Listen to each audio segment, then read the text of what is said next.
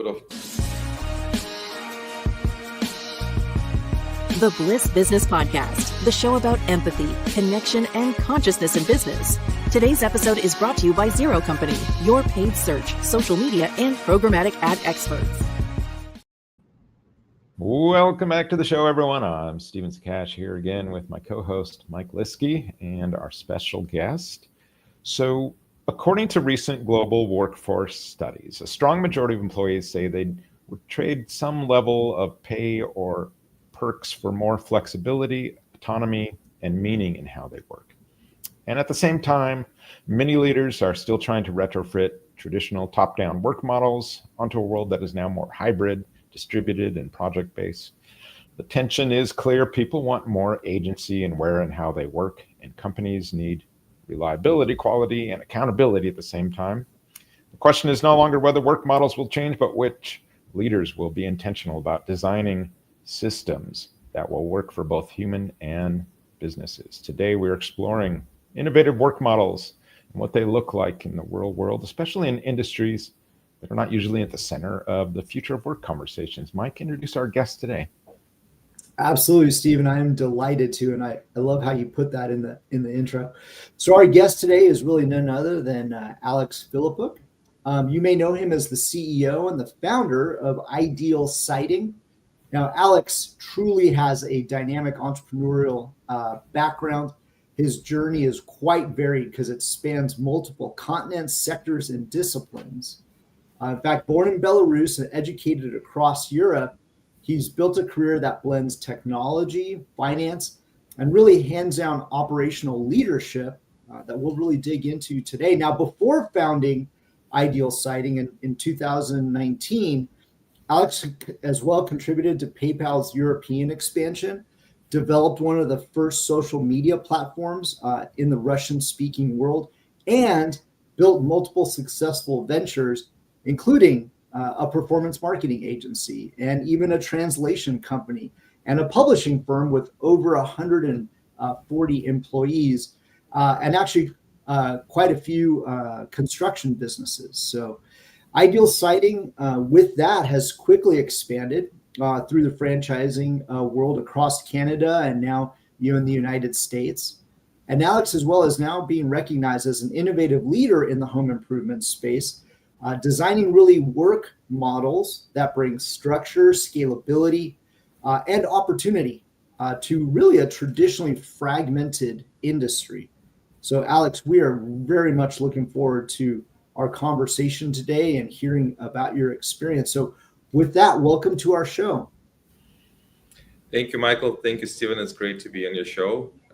It's a great topic, and it hits us on three different levels: on our support center, our headquarters, on level of franchisees, and also on level of installers, the crews that we have. So it's a lot of things comes to my mind when about it. So let's start.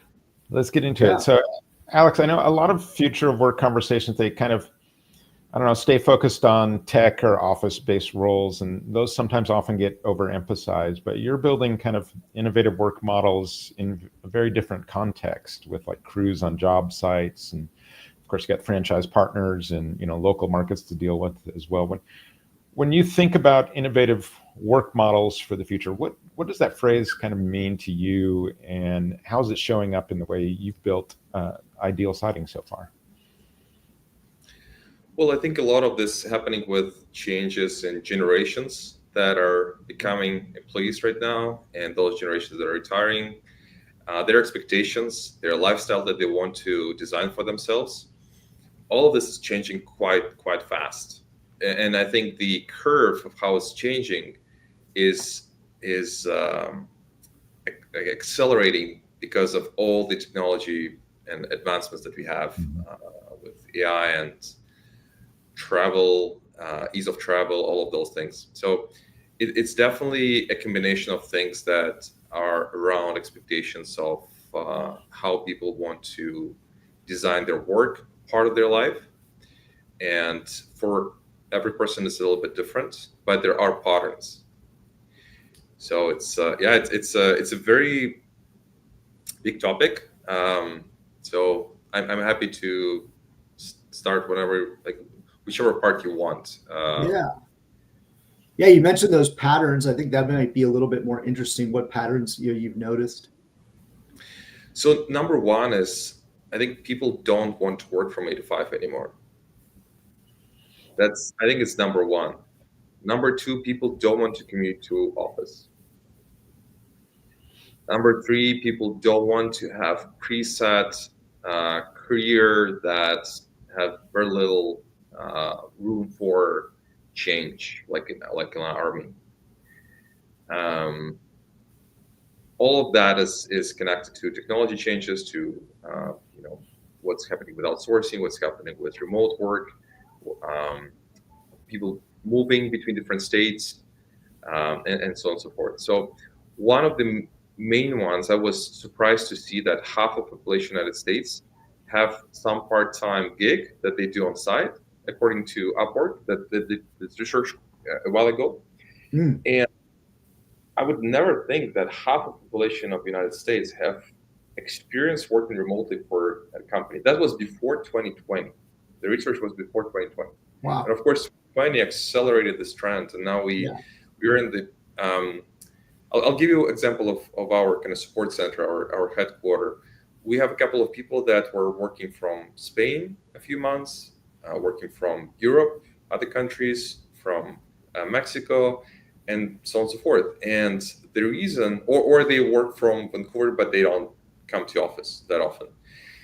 So the reason they love working with us is that they can go and live in Spain for a couple of months while working, while not losing this salary, income, and connection to the company. Yeah. Because we were thinking, should we buy office or bigger office, move in, build kind of nice place for people to come at 8 a.m. and leave at 5 p.m. Yeah. And almost everyone told us that this is not what we want. We don't want a better chair. We don't want a better view. We want to stay at home. We don't want to commute. Part of it, commute got much worse in almost every city, right? So I spend over an hour every day on commute, and I wish I would have done it. Yeah. Yeah, I'd absolutely 100% agree with you. Having been born and raised in Los Angeles, it's a travesty, right, to be able to spend that. So, Alex, one question, maybe digging a little bit deeper into what you've intentionally done at Ideal Sighting, and there are some things that are broken about traditional work models, right? And you have a lot of experience, right? You've built businesses in a bunch of different industries and even countries, right? Because culture has an impact on what we're talking about today. So kind of looking across your experience, what would you say still feels broken about traditional work models? And then what have you intentionally done to try to counteract that and designing it maybe a little bit differently for your people? Yeah, I've experienced being digital nomad when we had publishing company. We had no office. Everyone was on different continents. And I just would go to cafeteria, open my laptop, look through dashboard, work for a couple of hours a day. That's it. Yeah. Then I realized that I'm missing this social connection, that I actually want to work with people, want to go to office to talk to people, maybe not every day. What I've seen is broken the most is that companies still trying to micromanage people. And the way, like just one of the examples we were using Upwork quite a bit, and it tracks your mouse, it tracks your screen, what you do, and it's like you are like if there's a camera behind you that tracks every second of what you do, which is great for the company, but I don't want to work in this environment. So it's moving from micromanaging to what do you actually want to achieve as a company. You probably want results rather than fighting on who is doing what at which minute. And as byproduct for Ideal Sighting, what we have done our sports center is we look at Friday and it's like, well, second half of Friday, it's very hard to work. And the efficiency of your work on the last 4 hours of Friday are extremely low. So why why would we even work those 4 hours? So we decided not to work those 4 hours, but we still pay for those 4 hours. So we pay for the full Friday, but we only work 4 hours. Our employees, our partners, everyone loves it. Yeah. From our perspective, we can do the same amount of work in the same week, but our employees have 4 hours that they can spend on whatever they want. Maybe catch up with household chores, maybe go to bank. Another thing that I noticed once I started having kids is that you need to pick them up from school. You need to drive them to school. You need to drive them to swimming pool and so on and so forth. Yeah. And the school ends at 3 p.m. and your work is still 5. So now, and very often, husband and wives both working, you need to micromanage all of this. And now your schedule is all around who picks up when, what's happened there, what's happened here. If you can work the hours that you can choose, this makes such a big difference. And then we support all of this with our franchisees who are saying, one of the reasons I want to start my business is that I can go and play tennis on Tuesday at 2 p.m. with my friends. Mm-hmm. And that I can watch soccer of my kids. And I can go on with my wife to this trip that we always wanted to. I will still work more hours than I did before because it's my business. Right. But this flexibility and again, it's not about micromanaging, it's about the result. If I can deliver the same result with less hours, I shouldn't be penalized for this. It's like we're penalizing employees for being good. That I would say is definitely something that is broken, right? And it does the exact opposite of what we want as companies, right? We want to build trust within our employee base and with our customers, right? And instead, when you do micromanage, there's like a lot of lack of trust. But like you said, with the flexibility and then showing the results, it really, you build a lot of trust with your employees that way. Yeah, that's congratulations. And I'm very happy to hear, you have like a 4.5 day work week. Yeah, that flexibility is such a big part, I think, of what people value. It's hard to compete sometimes against a job that's given you, hey, you need to go pick up your kids. Yeah, go do it. Just, take care of your work too when you can. And so you want to have that accountability. Obviously, they got to get their work done, but at the same time, they're living life. They've got families. And you mentioned, Alex, too, people working out of Spain for a little bit or working out of, some other location. I'm going through that right now. We're like relocated to a new city. I'm still working, in the same sort of hours and job, but if I need to, I can now go see my daughter or help her out, she's just 15 minutes away versus a plane flight. But I can still do the same kind of work. And that's hard to compete, I think, for people. If you're trying to retain your employees, you're going to have much higher retention. Is that what you're seeing? Is that higher retention because of all that flexibility? 100%, yeah, higher retention. But if you go a step further than this and you build everything remote, then you have access not just to local talent, but global talent. And this is key for any company that operates not a local level. If you are a local dentist that cannot hire people in another city, that's one thing. But most companies, they right now compete for talent across all geographies. And the only way to build a successful large-scale company is not to limit yourself with just local talent. But it's impossible to do if you don't have already those systems in place and the structure in place to allow it. Because what I didn't realize before we started publishing company is that people who manage people remotely need to learn how to do it. It's actually not easy. Yeah. Yeah. And those that figure out how to do it are extremely successful. And those that didn't figure out how to do it, they believe it doesn't work. So they're going step back, and they're stuck with what they have. Yeah. Yeah, let's get into that a little bit, because one of the things we like to talk about here is like systems, particularly systems of kindness, things like that, where it's just the way you operate.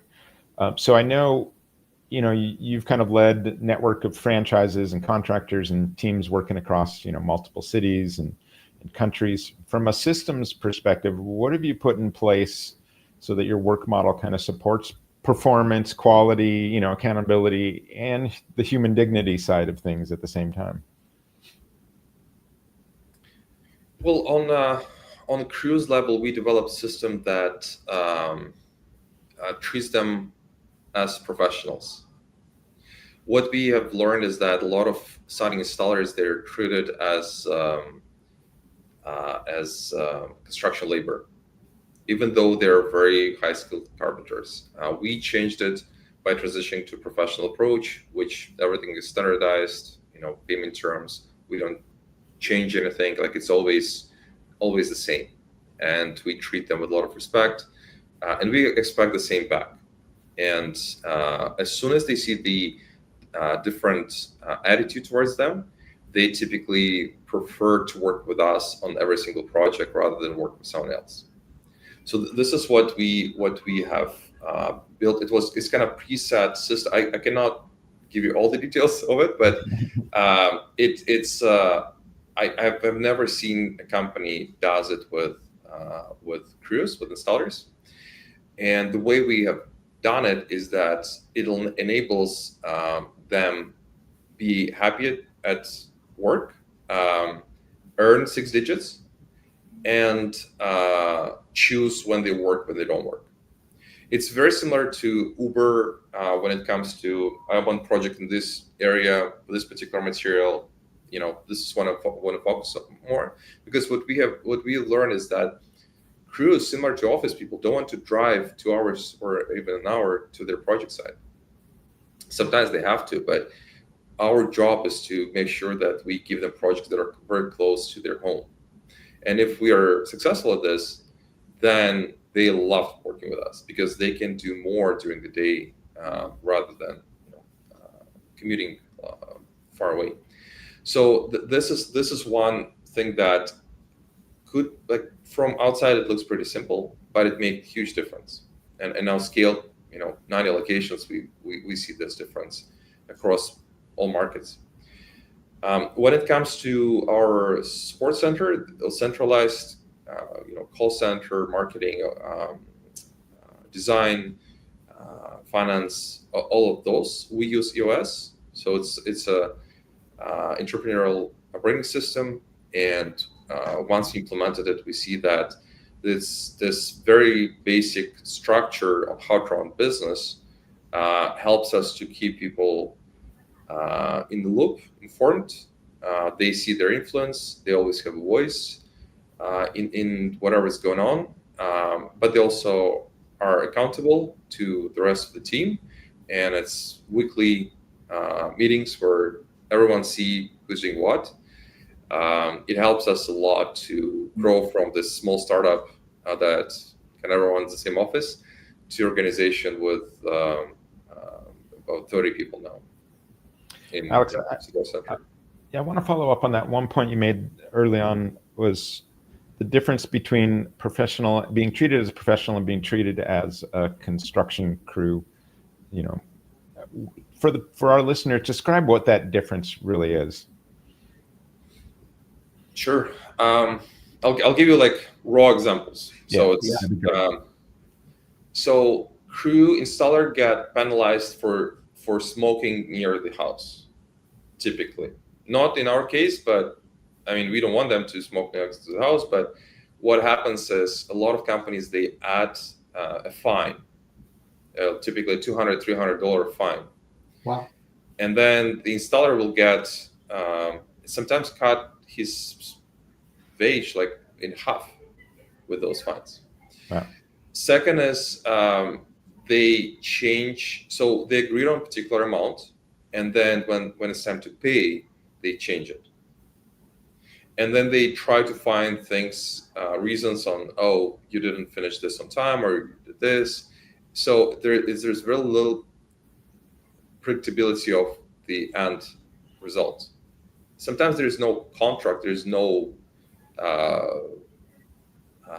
even number that they work for. So those things all kind of basics, but when you look at retail or other industries, but when it comes to construction, special renovation, this is a common thing.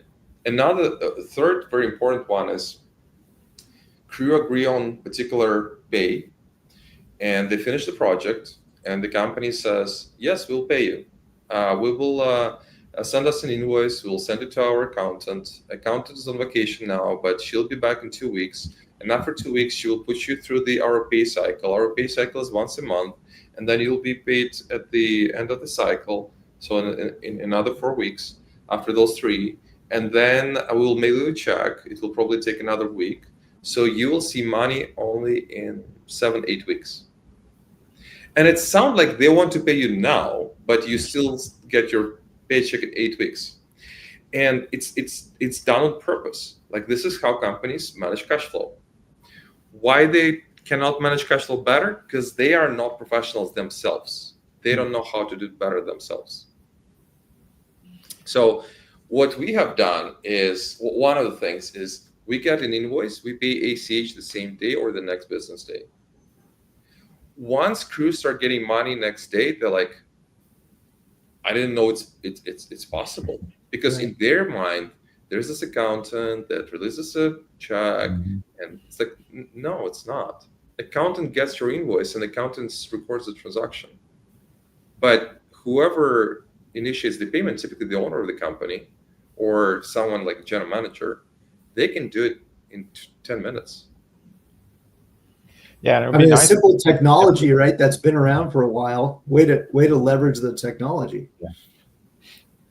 I mean, it could be not ACH, could be a check that they pick up same day. Like it's not about technology here. It's just the way how, like, imagine now this crew member goes back home, needs to pay mortgage, needs to pay for food, everything waiting for this 4 weeks. Yeah. Now this same company calls him and say, we have another project for you. He cannot say no, because if he says no, they'll say, well, we don't want to work with you anymore. And now this check is in limbo. It's scary. So now he has another project. It's like and then the same thing, of course, happens with another project. Yeah. I've been in situations like this before with construction, in construction industry, on smaller scale, on a bigger scale, and I know how it feels. And we decided that for us, it doesn't make a difference to pay today or to pay in 8 weeks, because we manage our cash flow properly. Yeah. But for a crew, it's a huge difference. I'd probably even go so far as to say that, the culture that you've built as an organization impacted, that thought, right, to get our cash flow working, better. And a lot of the points that you mentioned, there's research that we see about high trust, high empowerment cultures that shows that really people that feel that they're being supported, they end up being more productive. Like we talked about earlier, the retention is higher, but even the innovation rises, because they're obviously thinking about ways to want to improve versus being maybe looking out just for themselves. So Alex, I was maybe a little bit curious with your franchise organization, right? It's a big system, and in large distributed systems, you will find some variation, right? Some locations maybe thrive, and then others are really struggling. And I think you started to mention this maybe a little bit earlier, but I was kind of curious, like how you diagnose that these issues, what's really going on with the team, why it's maybe not performing. Like, how do your systems, I guess, help you maybe respond to that and diagnose it? It's a great question, because what I've learned as an entrepreneur is whenever I meet with more experienced entrepreneur, someone wiser who've been running business for longer, they typically can ask 2-3 questions and then know exactly the reason, and they know exactly the problem. And I was always like, you don't understand my industry. You like, I've been doing this thing or that thing, and I don't understand how you get to the reason so fast. And what I realized later is that from the outside, and especially with experience, it's obvious. It's just sometimes we don't want to accept it, or sometimes we are just not as experienced. Yeah. And the same thing happens with franchisees. Our franchisees, most of them are in masterminds. So there's a group of six franchisees in one mastermind. They have a call every week. And when they have a challenge, they share it into the group. And for some number of people in that group, the reason is obvious. And they share it because, they want to win together. They share it with the person. Because when franchisor says, this is the reason, this is our dashboard, this is why, you're struggling here, people don't accept it. But when other franchisees say, listen, we are in the same boat. We do the same thing as you do. This is what you're lacking, or this is how I fixed it, or this is how I did it better. Then they listen. The ears are opening. So even though we have kind of scorecard to say this is better, this is worse, this is how you do it, go through this manual again. It only the most efficient way is when they share it with their group, and this group tells them, hey, man, no judging, but you need to do this. That being in a collective group of your peers, it's so simple, right? But many organizations don't employ that, and I think that's great. That you connect people. It really creates a very genuine connection, and also you feel like you could be a little bit more vulnerable, right, and open with your peers. So Alex, I want to transition maybe a little bit to a topic that we love to talk about. It's one of the basis for our show, and that is purpose, right? What is the importance of purpose? Like what role does purpose play? Because really, when companies start to talk about innovative work models, the conversation can kind of quickly become very mechanical, or we start to talk about tools and things like schedules. But when an organization really zooms way out, it comes down to there was an original purpose for why an organization came to exist. So can you tell us maybe a little bit about what's sort of the deeper purpose with Ideal Siting, and then what are some ways that maybe you've designed within the company to integrate that purpose? It's just kind of full disclosure. Purpose for me is different from purpose of our franchisees. Yeah. And we can, if you have time, we can go into this a little bit. But yeah. My purpose was that I knew that two things are happening in siding renovation industry. One, from outsider, right? I've never installed siding in my life. I was a computer science finance guy, publishing, translations. I was outsider to the industry. We had we were very successful generating leads for siding companies. So I was talking to them. They were my clients for a long time. But what I saw is that a lot of companies either charge extremely high amounts for the work that they do, or there's a second group that are just doing very sloppy work where it's very hard to predict if the quality will be good, if the project will be actually done. And in between, there are a lot of horror stories. There was one local company that collected $2.5 million in deposits and declared bankruptcy. Two owners bought brand new homes, brand new cars, and said, "This is my primary residence, this is my primary vehicle. That's it. You cannot take it away." They just spent $2.5 million, closed the company. 3 months later, they opened a new company doing the same thing. It's happening in every market. There was a company that was doing $380 million in the United States that went bankrupt a couple of weeks ago. What happened to all those homeowners? You might just imagine. They were doing siding, roofing, things like this. So similar similar industry. The largest siding company right now charges twice what we do charge. We have better materials, we have better crews, we have better service, and we charge 50% of what they charge. This is mind-boggling to me because our system doesn't exist for franchisees to build businesses or for me to build a national company.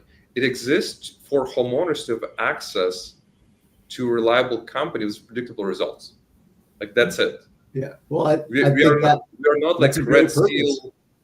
We are not like Red Seal carpenters. We have regular carpenters, but we have very, very good franchisees. There are two issues with renovation. It's typically greed and inefficiency. Mm-hmm. And we try to get people who are not greedy and who are efficient. And with those two things, you can save 50% of your home renovation. Like, to me, it's a great achievement. At the same time, we can pay crews more. We can pay suppliers on time because like there are so many things that before starting Ideal Siding, I flew to meet with the best siding company in the United States. And I thought, let's just see how they're doing. And I spent some time with them and I realized there's not a single thing that they do better than what I envisioned, like in theory, how the model should work. Mm. Then I started talking to other people who've been in the industry for 20 years. I was like, do you think this would work? And they're like, yeah, this should work. And then we did 1 test location, 2, 3, and everyone was telling us it would not work. Like, I mean, people who were outside of the industry. People inside the industry were saying, yeah, it actually might work. Mm. So that was my purpose, is to make sure that homeowners, when they're spending, because siding renovation is the most expensive piece of renovation. It's more expensive than the kitchen or windows. When they're spending 30, 40, 50,000, that there's a reliable company. To me, in my head, there is always company, Mr. Rotor. And I was like, if I have a plumbing issue, I'm calling Mr. Rotor. For some reason, I just trust this company. Yeah. I know if something goes, like, again, I don't know if I'll get a good technician or bad technician, but if something goes wrong, there's a number I can call and I'll get there. Or Home Depot. We were doing blinds and I went to Home Depot and I knew that if something goes wrong, I can just go to Home Depot and say, hey, something went wrong. Take accountability, like fix it. So I wanted to build something in siding. Now with franchisees, they have their own purpose. They have their own reason. And this is a very, very strong kind of big part of our training to understand what's their BHAG, Big Hairdash's goal, what's their why they're doing this. Because running any business is so difficult that if you don't have a strong reason internally of this purpose that you're doing it, right, you will give up. You will give up sooner or later. It's like you are hiking and you're going up the mountain and you go in there to see the view. If you stop midway, you don't see the view. Right. The only reason you go on this hike is to see the view.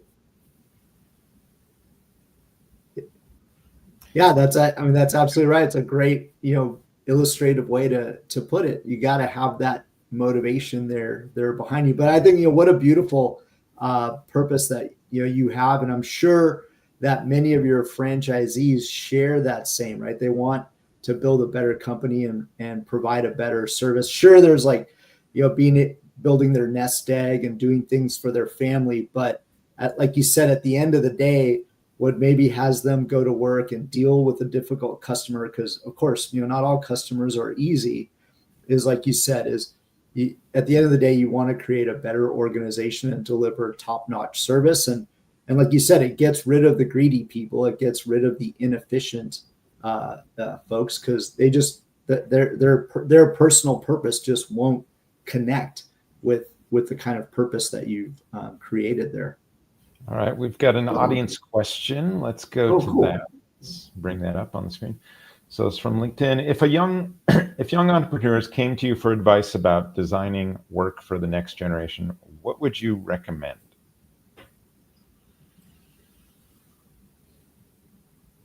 Oh, it's a really good question. Yeah. Because there was a lot of research on next generation, and purpose, what we just described, is the number one thing. So if you're a young entrepreneur and you'll be hiring other young people, you need to find a reason that is bigger than salary, that is bigger than smoothie, and it should be something that they would believe in. But then your job will be to keep going until more and more people really start believing into it. To me, a great example of it is how Elon Musk created idea that we are here not building cars, we're here saving the world. Come, if you want to save the world, join us. Or Steve Jobs, when he was getting the guy from Pepsi, he said, do you want to sell sugar water or do you want to change the world? So for young entrepreneurs, you need to find some niche where you're saving the world, where you're changing the world, you're making world a better place. And it could be a pizza store, it could be whatever it is, but the whole idea shouldn't be about come work with me because I'll pay you salary. That was or I'll give you stability, or I'll give you a job.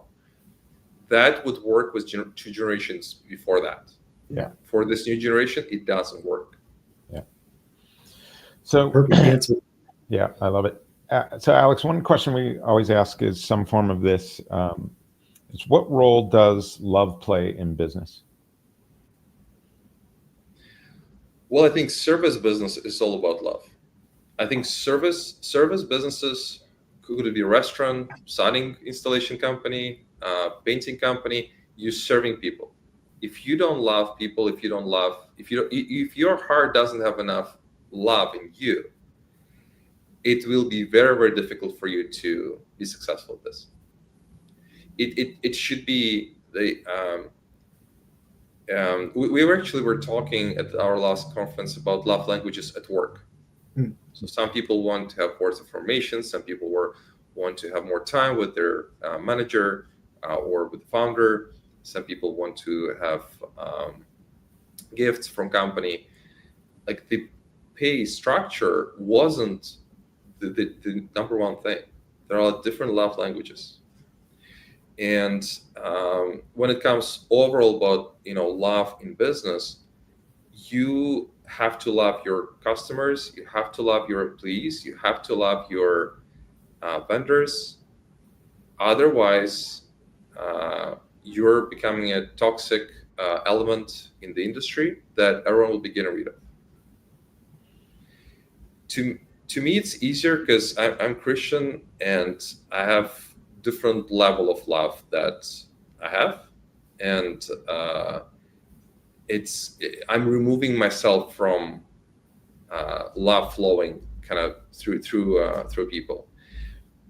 I'm more of an obstacle for love to flow than a person that is bringing love. But if you don't love people, it's very hard to work with them, especially with your employees or your manager or your partners. I think it's a kind of cornerstone of successful, healthy entrepreneurship. Yeah. Mm-hmm. Yeah, I like that thought of like the different love languages. Like there's different ways love can appear in work and have meaning for people in different ways. And so putting it like that, no one's ever quite put it like that. So definitely a great answer. I love that. It was John Choi, very successful entrepreneur, and who came up and said, "Here's love languages. Tell me what's yours." And I was like, "Well, obviously this is mine." And I was like, "Whoa, this is very interesting." Because now so he started with giving gifts to people, and some people really loved it. Some people was like, whatever. Because gifts for me is my last love language. So I don't understand giving gifts and receiving gifts. Like it just doesn't make any difference to me. But as soon as we find out who's, for example, at work, words of affirmation, whose love language is that, and we started practicing it, it changed the whole dynamic. It's a very good exercise for every business to do, is to just ChatGPT, work love languages, how do I get my company tested. Yeah. Yeah, exactly. That's my last love language too, right? If I want something, I'm just going to go buy it, right? So it makes it very hard for my wife and my kids to ever buy me anything. But Alex, that was fantastic. For our leaders that are listening, who want to innovate their work models, but they don't necessarily want to continue business the way that it's been. This is a great episode to be able to create a very strong connection using things like purpose and love. Now, for those that want to learn a little bit more about yourself, Alex, or about Ideal Sighting, where would you like them to go to do that? Yeah, to learn more about company, they can go to idealsighting.com, and we're happy to work with new crews or new franchisees or new employees. And for me personally, I mostly use LinkedIn, so you can follow me on LinkedIn. I post some content once in a while. Alex, thank you for giving us a look into how you lead and grow your business. And thank you to our listeners. As you think about your own organization, ask yourself, where your current model is helping people thrive and where it might be holding them back. So sometimes the future of work is less about new tools and more about having courage to redesign how we work together. So thanks everyone for joining us on the Bliss Business Podcast. We'll see you next time.